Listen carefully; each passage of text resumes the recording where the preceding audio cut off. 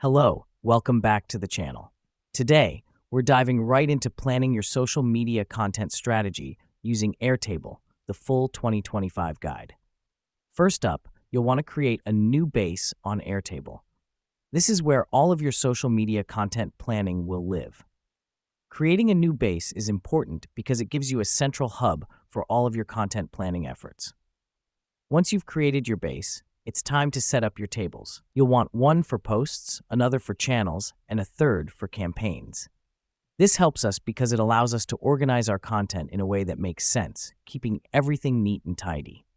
Now that we've done that, let's add some fields to our tables. For the posts table, add fields for the post content, the post date, the channel, and the campaign. For channels, add a field for the channel name. And for campaigns, let's add fields for the campaign name and the campaign dates. The reason we do this is to capture all the necessary details for each post, channel, and campaign. Next up, we're going to link these tables together. In the posts table, make the channel and campaign fields link to the channels and campaigns tables. This is a crucial step because it allows us to connect our posts to the channels they'll be posted on and the campaigns they're a part of. Let me explain why this matters. By linking these fields, we can quickly see which posts are part of which campaigns and on which channels, all from the posts table. It saves us time and keeps our planning process streamlined. The last step in our Airtable setup is to create a calendar view.